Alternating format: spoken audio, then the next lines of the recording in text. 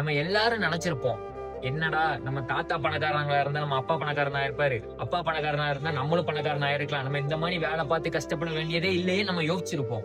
இந்த ஸ்டோரி கேளுங்களேன். ஜப்பான்ல 60 வயசு ஆன ஒருத்தருக்கு ஒரு ஷாக்கிங்கான நியூஸ். என்னன்னா, இவரு வந்து பொறக்கும்போது இவர வந்து ஹாஸ்பிட்டல்ல வந்து மாத்தி வச்சுட்டாங்க. அவரு பொறந்தது ஒரு ரிச்சரான ஃபேமிலில வந்து பொறந்திருக்காரு. ஆனா, ஹாஸ்பிட்டல்ல இவர வந்து மாத்தி வச்சதுல, இவர் வந்து ஒரு சிங்கிள் மதர். அவங்கட்ட வந்து இவரு மாத்திட்டாங்க. சரிங்களா?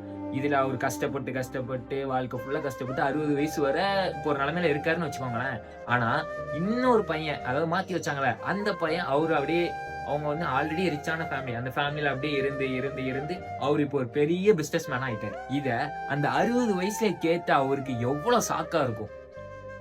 நம்ம ஒவ்வொரு நாள் நம்ம அப்படி இருந்திருப்போமா, அப்படி இருந்திருப்போமா நம்ம நெனச்சுட்டு இருந்திருக்கோம். ஆனா, அப்படி இருந்தவரு இப்படி மாறிட்டாரு. அதாவது அவருக்கு கிடைச்ச வாழ்க்கை அப்படியே மாறி இருக்கு.